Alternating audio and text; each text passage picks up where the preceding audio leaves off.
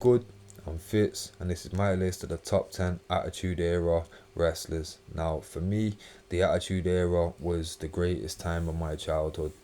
Um, I'd be flicking back and forth the Monday Night Wars. I had Raw on one channel. You flick back when the advert started or when a match or segment you weren't feeling. Switch. It was fantastic. And obviously, as a kid experiencing it, thinking everything was 100% what they say it was. Oh, it was something else to experience. So yeah, let's get into it. As you can see, I'm pretty excited about this one. This is my favorite era. So number 10, I'm gonna go with Vader. Now I know history books kind of say that he was introduced in the new generation era, but for me, his introduction was kind of the real beginning of the Attitude Era, because round about that time, that's where Goldust came in, who was a totally new kind of character. This is where Mankind came in.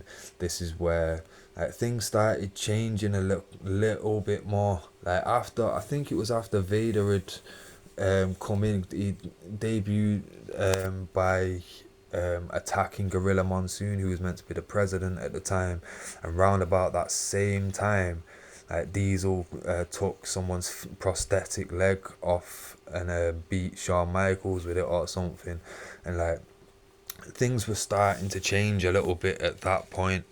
So for me, Vader, Attitude Era more than New Generation. I'm putting him in this list instead. Number 9, I'm gonna go with Farouk. Now Farouk was a great worker, proper dominant powerhouse, but being the leader of the nation, I really did like him, and I now in hindsight, I like how effective of a heel he was, because he played that heel that he was right.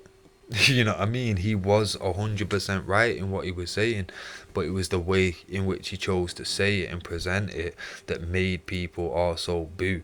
Not just the fact that they knew what they were doing, they knew that at the time there was a lot more racism prevalent, and they knew what they were aiming for from the office anyway. You know what I mean? So, but for me, Farouk, fantastic fucking wrestler, worker, the lot.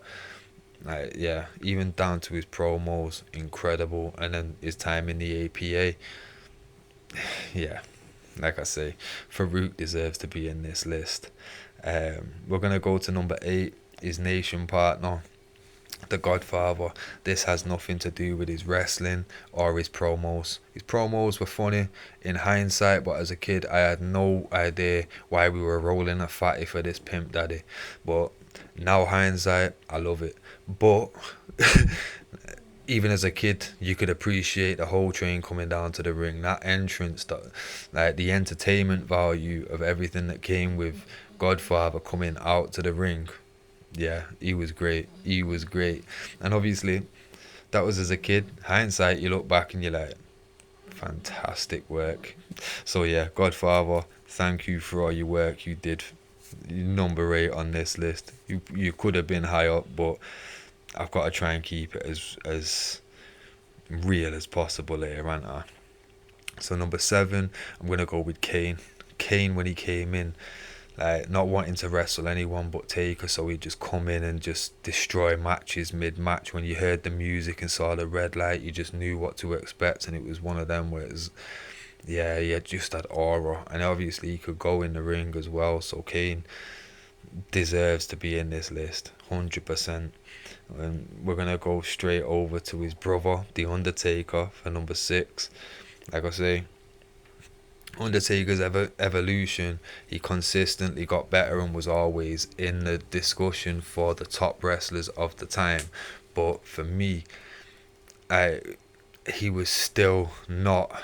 He was still a giant wrestler, you know what I mean? He wasn't going to be allowed to do a lot of stuff. Like, you didn't see Undertaker in the Attitude Era doing the Tope Suicida or whatever it's called, where he jumps over the top rope and that to the outside. Like, he got that freedom to do that in later years, but at this time he was still very much told, you act like a big man, you know what I mean? Like, you act like a giant, you don't act like one of these smaller guys.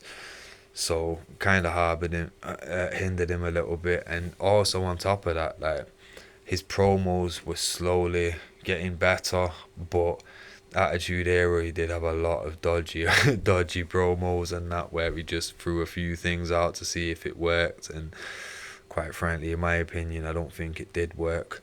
So Undertaker at number 6. Number 5, I'm going to go Kurt Angle, because in the Attitude Era, still very early in his career, still had a lot to learn, a long way to go, but he was already great when he came in. So Kurt Angle, number 5. Going number 4, The Rock. Now, Rock could easily be higher on this list, but for me, he was a good worker, not a great worker. He was a great promo, and for me, we've got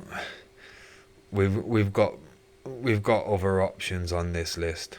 Number 3, Mick Foley, great promo, great worker. This is why he edges out The Rock. It's fairly self-explanatory from here on out. Number 2, Shawn Michaels, such a great worker that we're talking about wrestling, not on the mic. That was a different video on a different list. Shawn Michaels was great, and at that point as well, his promos probably were at the strongest point when he was in the original DX, just him, Triple H, and China. So Shawn Michaels, number 2.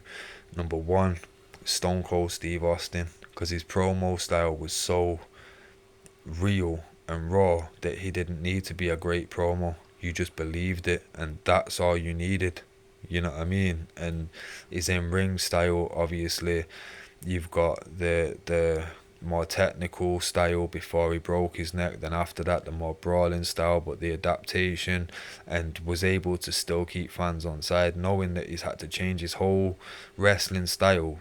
Like, well, noticing that he has changed his whole wrestling style and still not losing any support from the fan base, just shows exactly how loved Stone Cold was. And as a fan that actually attended some UK shows as a kid, the reaction for Stone Cold Steve Austin when that glass broke was insane.